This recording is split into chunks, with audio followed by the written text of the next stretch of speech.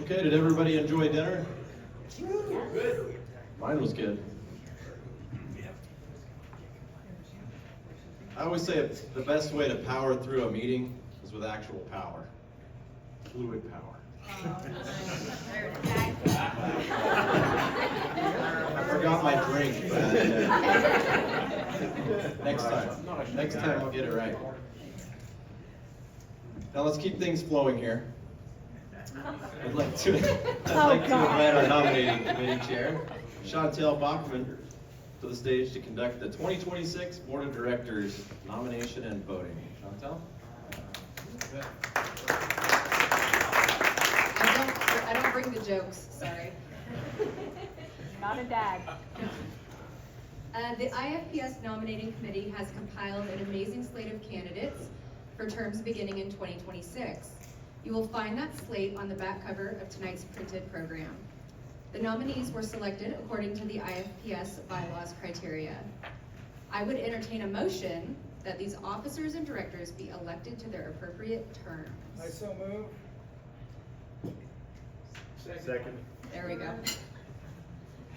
All those in favor, please say aye. Aye. Any opposed? Same sign.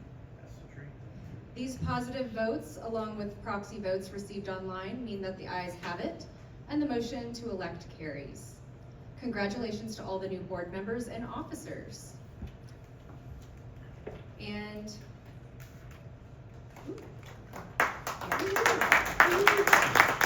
this concludes the IFPS elections. You have to jump back up here.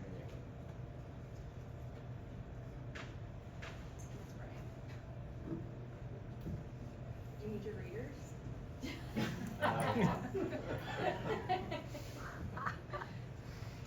Okay, Chantel, don't step away just yet. Oh, okay, You thanks. really need to stay here for this one. I now have the honor of introducing you as our 2026 President of IFPS.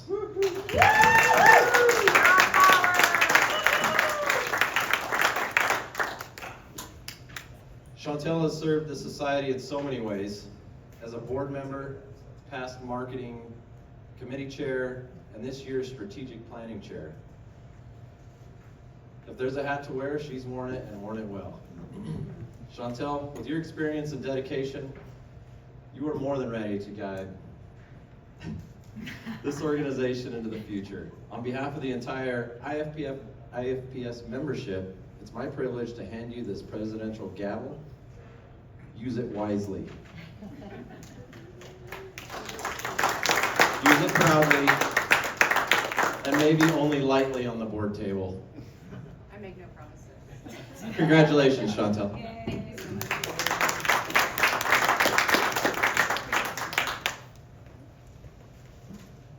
Thank you very much, Garrett, and thank you to the entire IFPS membership for this incredible honor.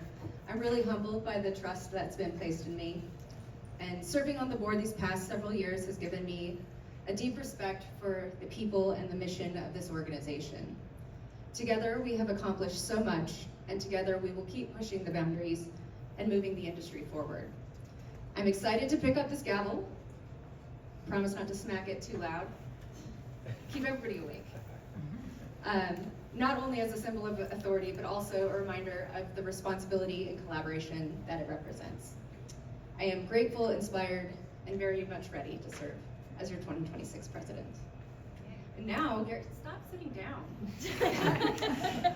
My very first duty as president-elect, and on behalf of the entire IFPS membership, it's my honor to present you, Garrett, with our token of appreciation. I have to get a better angle. Sorry. Don't mind me. We're gonna get out from behind We the do, lines. yes, we do. Yep. Yeah, that would be so great. Garrett Poisington, President, 2025.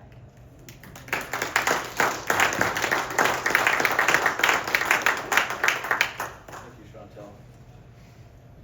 Because I left the clicker.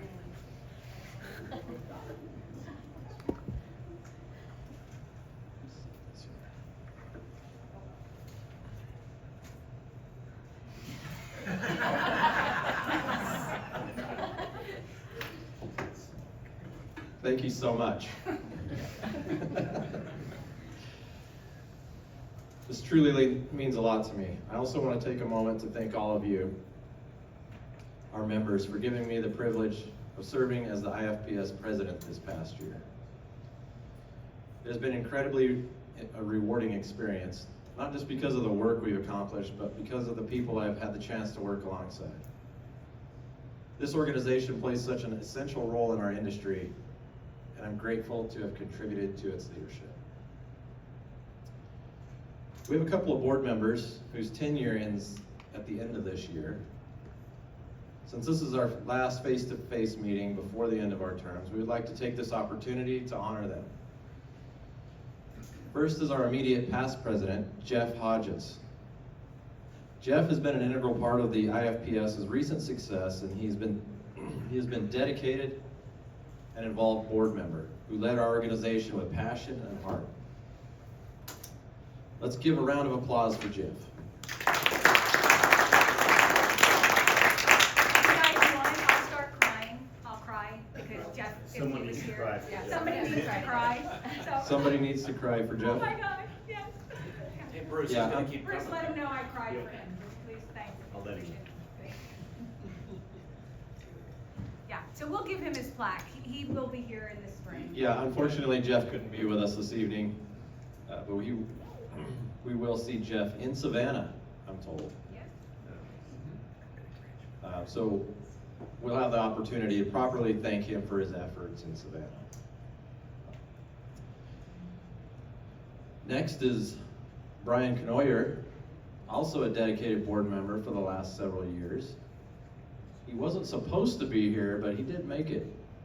Is he in the room I tonight? don't know. He didn't come to dinner. Oh, Oh, he okay. didn't come to dinner. He's been here for the last few days. Well, actually, if he's Well, not here, let's talk about him. so the original holds true here. Unfortunately, Brian couldn't be here tonight. Even though we know he's in town. We'd like to let him know how deeply grateful we are for his time and unwavering commitment. I'd also like to point out that we have a couple of new committee chairs for 2025.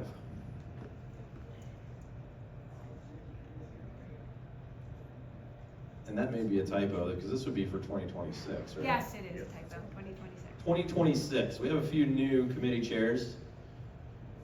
One took a year off. He's coming back this year in a big way.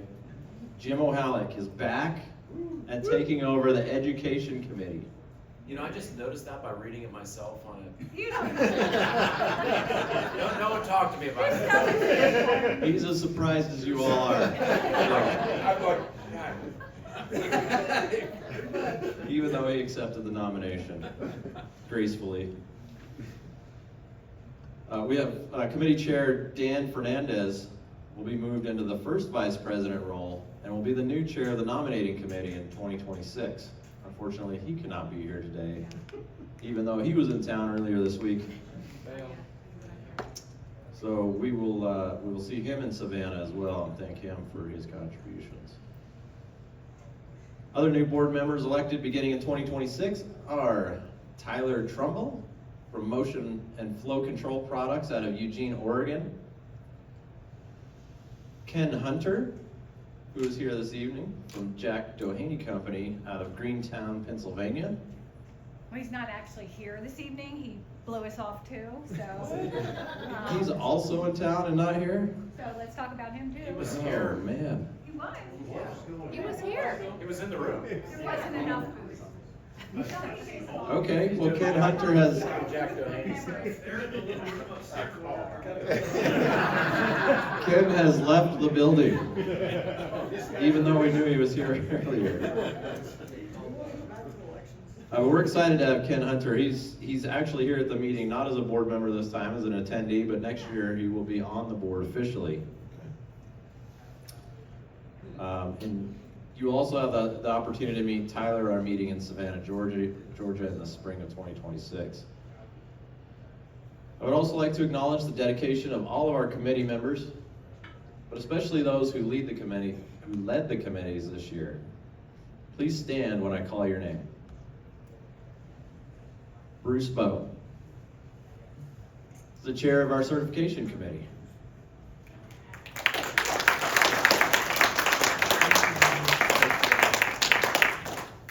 Lisa De Benedetto.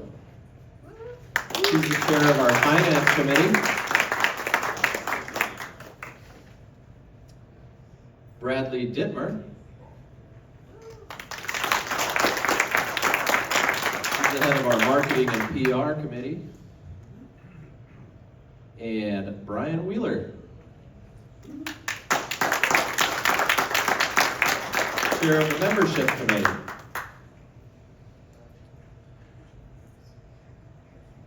And last but not least, Chantel Bachman for the strategic planning committee. Okay, let's give one last round of applause to all of our dedicated committee chairs.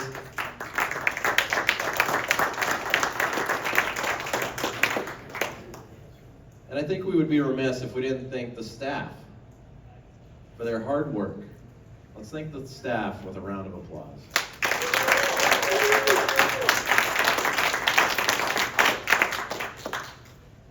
Now, on to the highlight of the evening. I'd like to introduce Bruce Bowe, who's going to reintroduce Bruce Bowe, who's going to conduct the Master of Ceremonies for the Fluid Power Hall of Fame celebration. Bruce?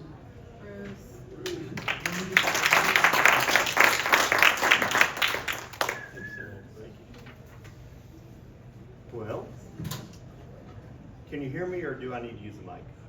I would use the mic only for the recording. Yeah. What? We do. Stand by. There is a stand. There's a stand if you want to put it on the stand. I want to stand. Flex your arm. Too far. Yeah. Jam it in your shirt pocket. Bucks. We're a low budget org. You know what I'm saying? We have this beautiful, beautiful podium. No mic stand. Oh wait, I have to do one thing. Hold on. Wait. We moved on to the Hall of Fame.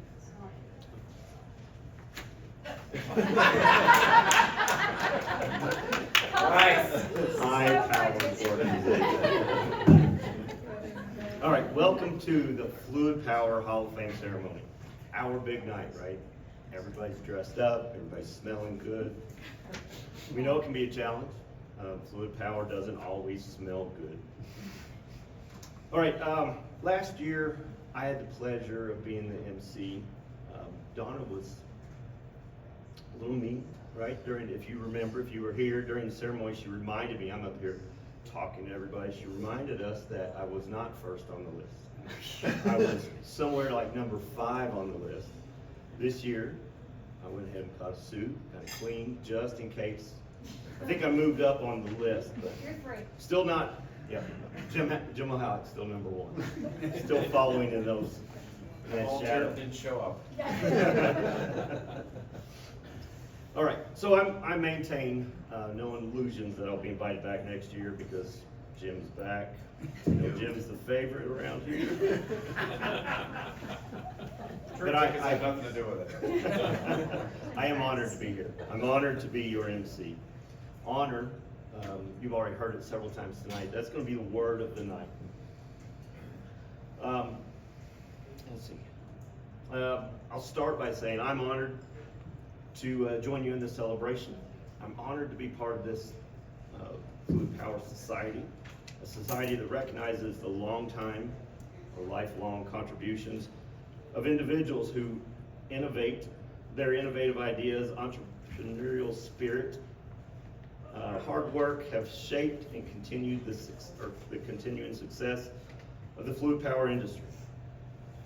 It is an honor to celebrate those who have dedicated their careers to advancing fluid power technology, individuals whose impact have felt or been felt for generations and will be for generations to come. Much of my career, I was a heavy equipment mechanic. I was in mining, construction, and now utility.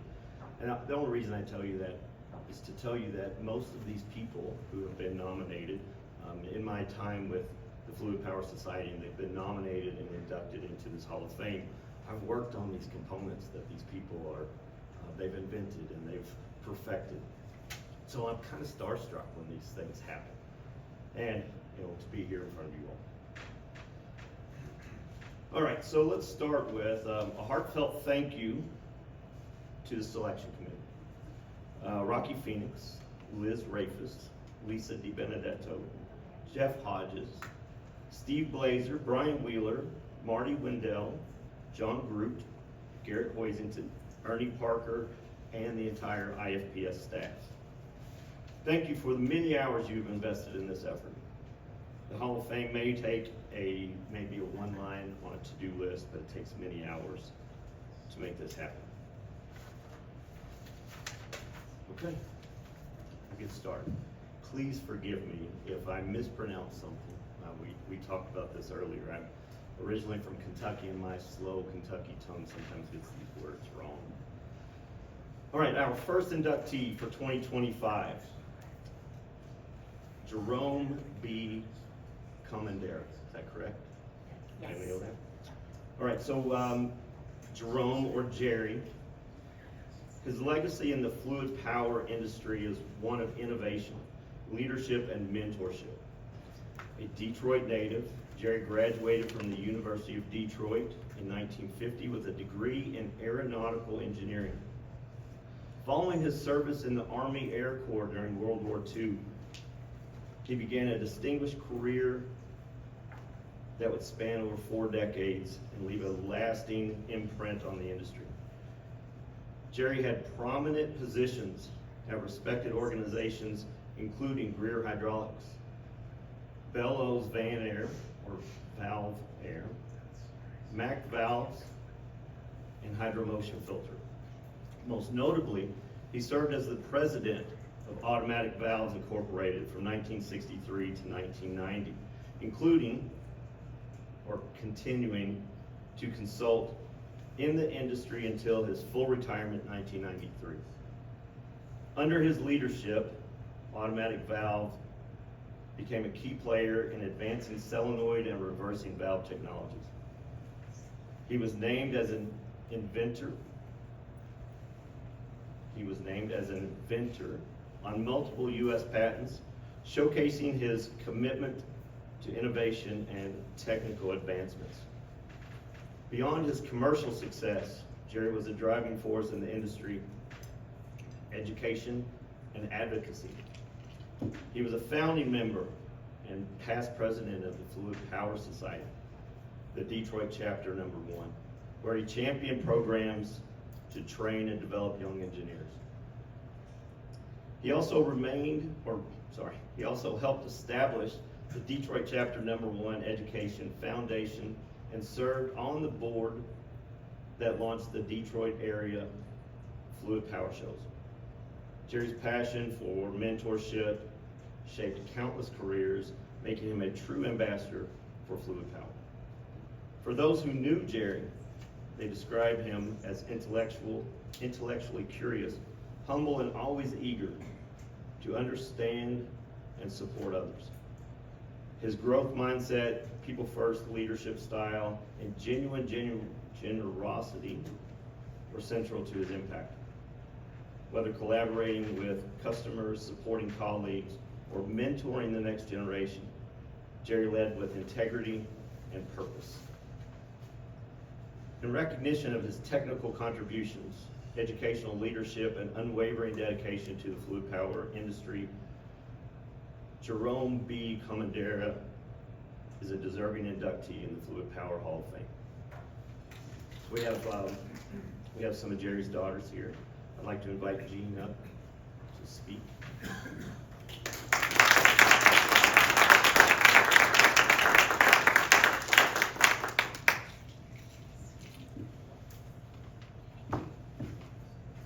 Well, on behalf of my mother, my 2 beautiful sisters who are here with me, 2 brothers, 12 grandchildren, 10 great-grandchildren, with 2 more on the way, I would like to say thank you. My dad would be so incredibly honored and grateful for this award.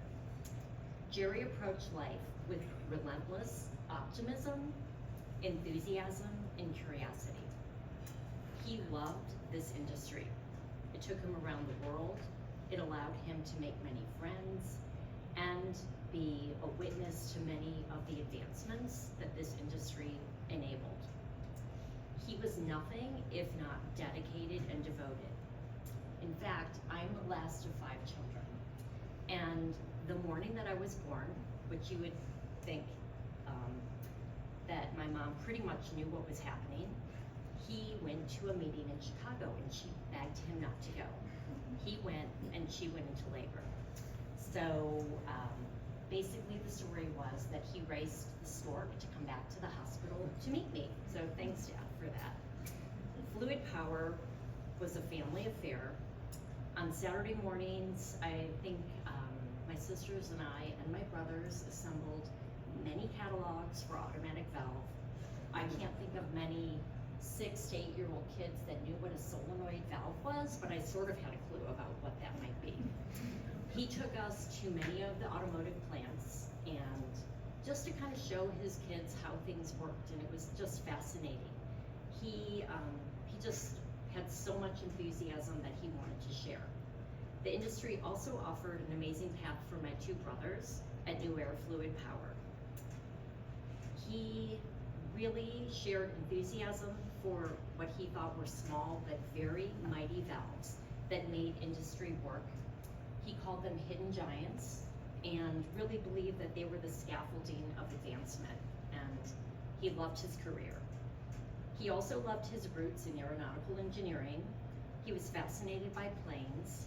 He was instrumental, in fact, in bringing the Concorde to Detroit in 1985. And just one little funny story. He was so enthusiastic, he wanted to show his children the Goodyear blimp in Fort Lauderdale, Florida. So he actually broke into the blimp hangar, and he was gonna tell his kids about this amazing flying machine. The police came, and he talked his way out of it, and no trouble whatsoever. He was forever a great salesman.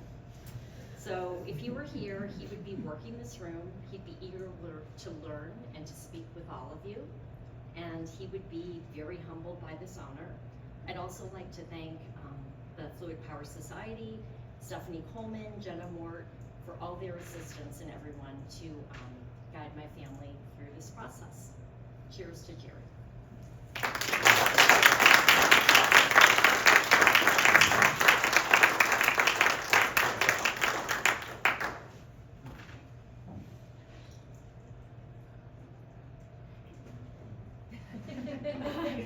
You don't want that one. Can we just pose for a picture, guys? Like, step out, sorry. Yeah, out from behind the There you There go. we go. Okay, awesome. Perfect, thank you.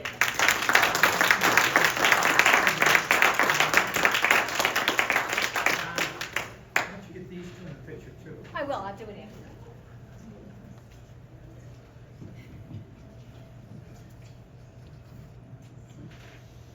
Okay, well, let's move on to number 2. He's in the room with us. Let's honor our second inductee, Dr. Andrea Vaca. Dr. Vaca is the director of the MAHA, is it correct in saying that? MAHA Fluid Power Research Center.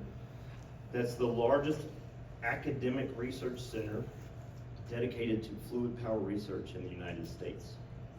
His research focuses on several aspects of hydraulic control technology, including new concepts to perform hydraulic actuations, new designs and modeling of positive displacement machines, electrification of fluid power systems, modeling of the properties of hydraulic fluid, reduction of noise emissions from hydraulic components. His research has been funded by the U.S. Department of Energy, U.S. Department of Agriculture, the National Science Foundation, and several industry partners like Bosch, Bobcat, Cassapa, Caterpillar, Case New Holland, Collins Aerospace, Danfoss, Eaton Aerospace, Rolls-Royce, Parker Hannifin, Tesla, among others. Dr. Vaca holds 24 patents, patent applications, and he is the author of more than 200 technical papers, including 14 prize papers. And of the textbooks, Hydraulic Fluid Power. He is the editor-in-chief of the International Journal of Fluid Power, one of the directors of the Global Fluid Power Society, and a former chair of the Society of Automotive Engineers, Fluid Power Division, and the American Society of Mechanical Engineers, also Fluid Power Systems and Technology Division. In 2019, he was awarded the 2019 Joseph Brahma Medal from the Institution of Mechanical Engineers for his contributions to global fluid power research, particularly related to gear pumps. Dr. Vaca is also a fellow of the American Society of Mechanical Engineers since 2024. He received a master's degree in mechanical engineering with honors from the University of Parma in Italy, and his doctorate degree in energy systems from the University of Florence in Italy. Tonight we celebrate Dr. Vaca, a true visionary who has shown us what it means to push boundaries, transform ideas into breakthroughs, and shape the future where fluid power is smarter, cleaner, and more impactful than ever. His work reminds us that one person's dedication can truly inspire the entire industry. Dr. Vaca, please join us at the podium to receive your honor.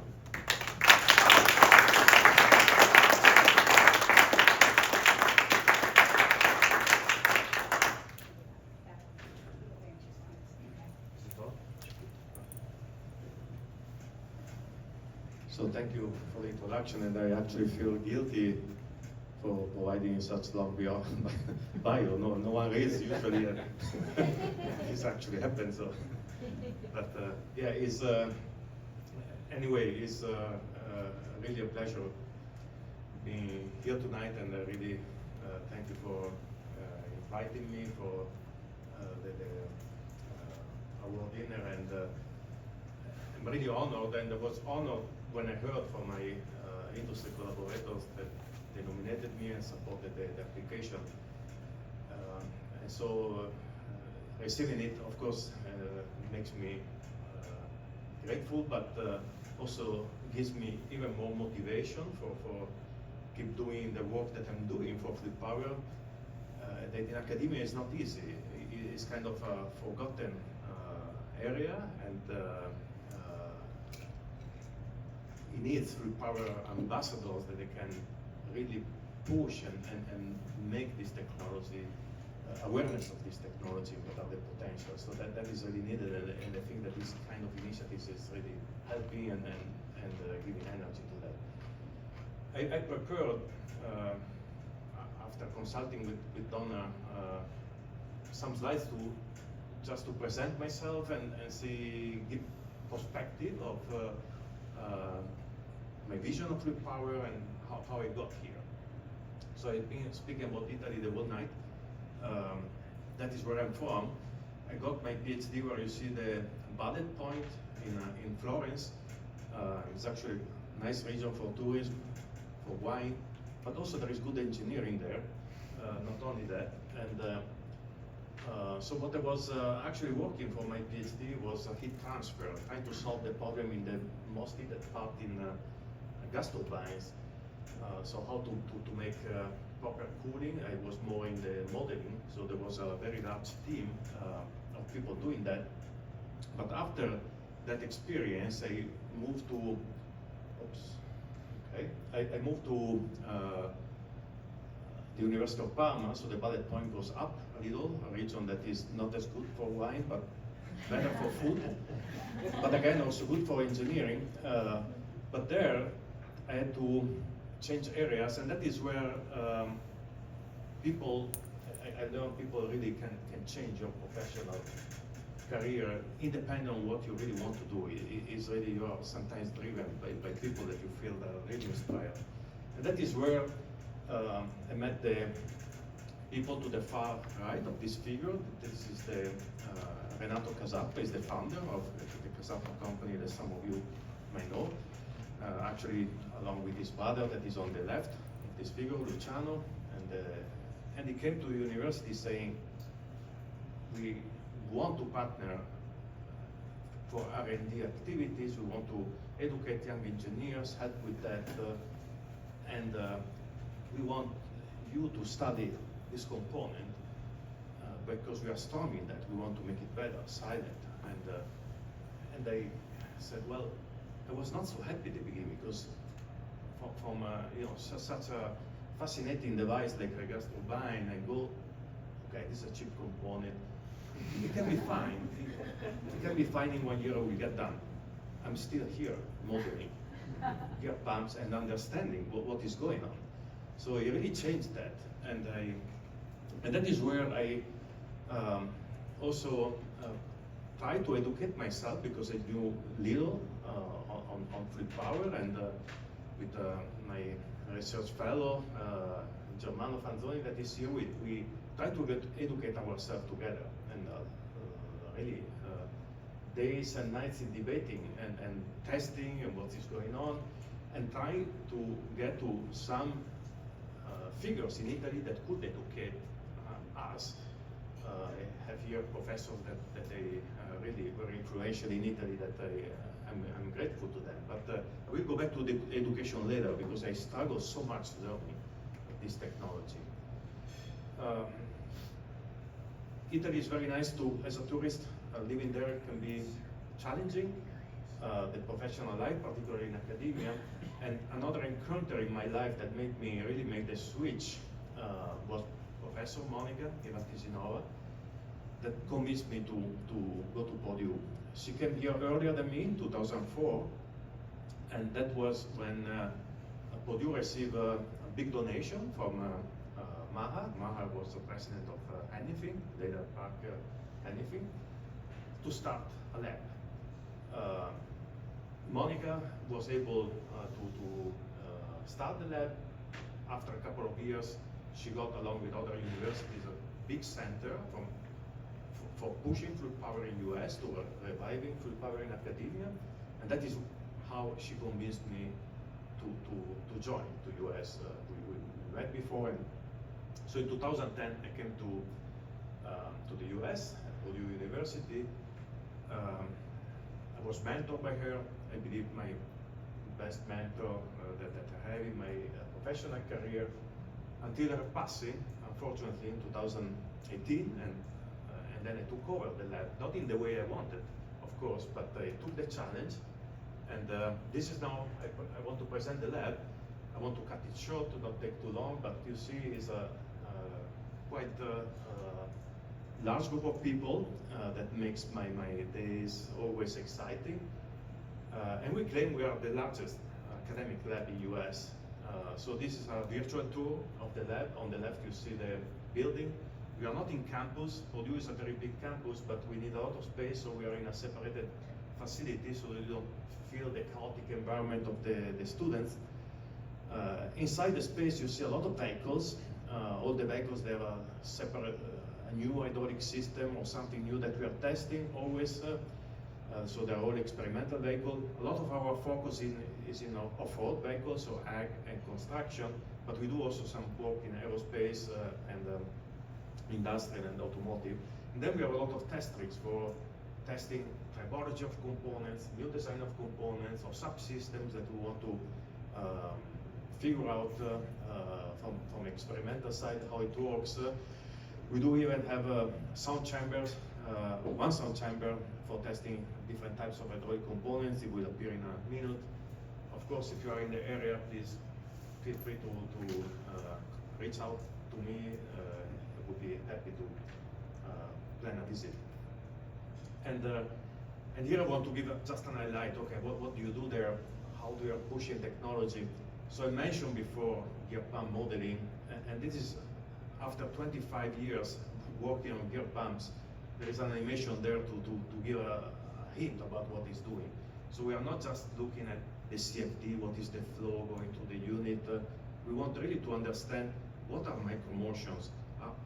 Is there a chance of contact because you are not doing the right compensation? And if there is contact, how is the wear? How it propagates the wear? Can you predict that? And what are the thermal aspects related to wear? So it's really a complex problem that we are trying to solve, and also you see that we are capable of modeling even the noise emission and the noise directivity out of these units. We are also working on components that we believe in future will appear.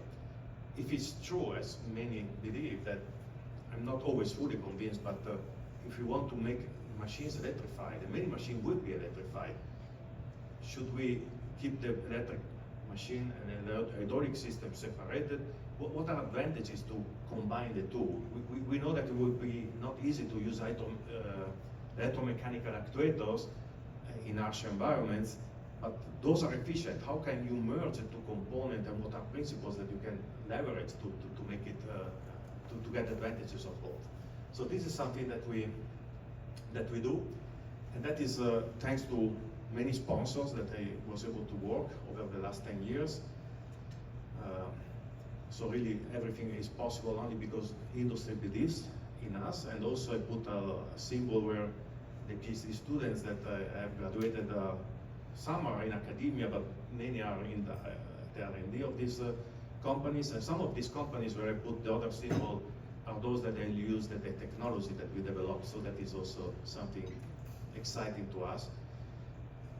We have been working on these one-to-one projects with confidentiality, so you cannot always tell what you are doing, otherwise people they get upset. So 3 years ago I also established a center to get all these people in the same table and the R&D to shape what a research center should do in the future. How can we not lag behind to the pressure of other countries that are getting stronger and stronger.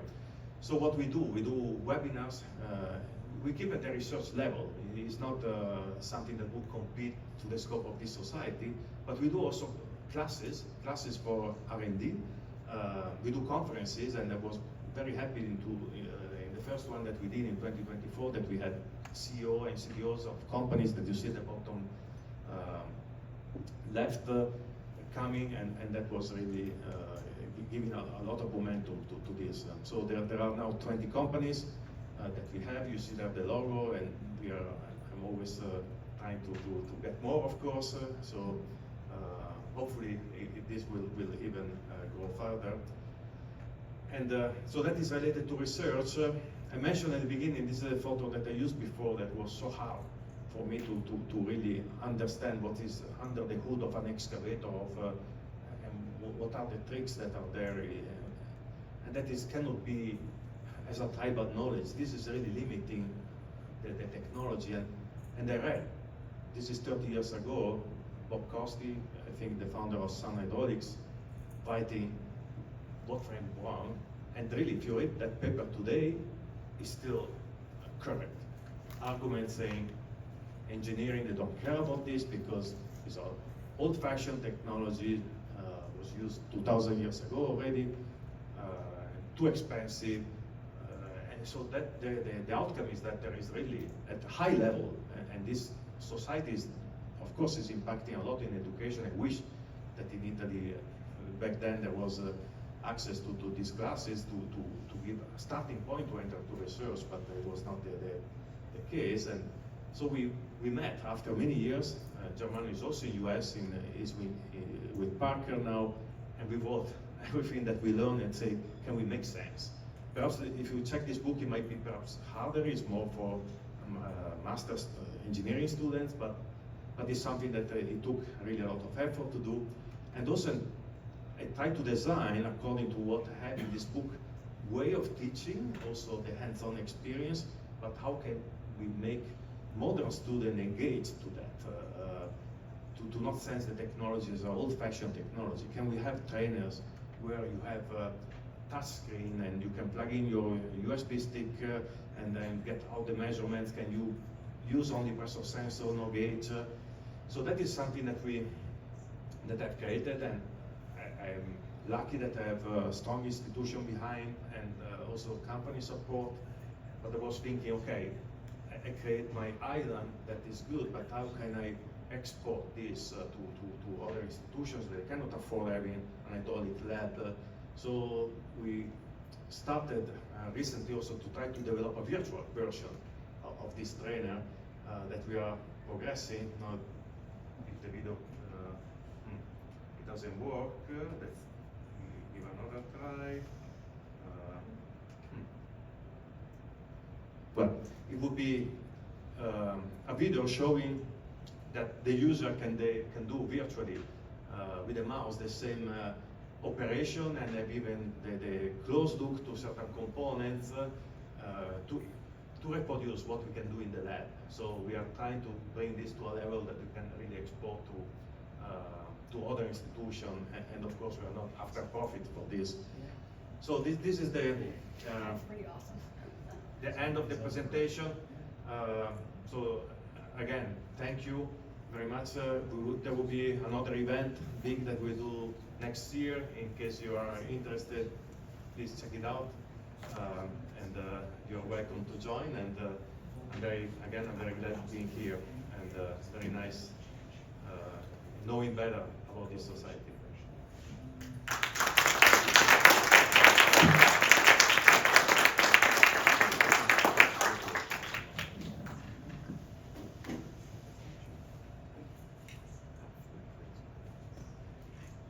Come on out, come on.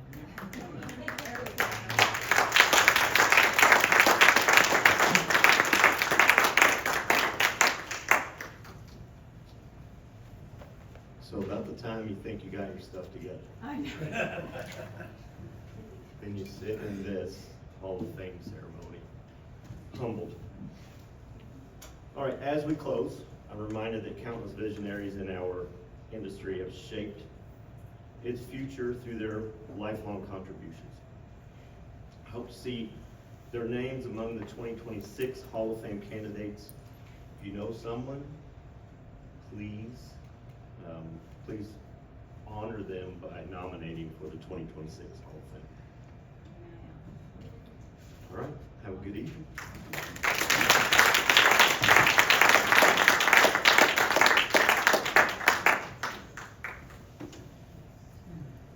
would like to get pictures. You guys are free to go to the bar. Works already, ladies, I would love to get one. Want to come up? Yeah, I know.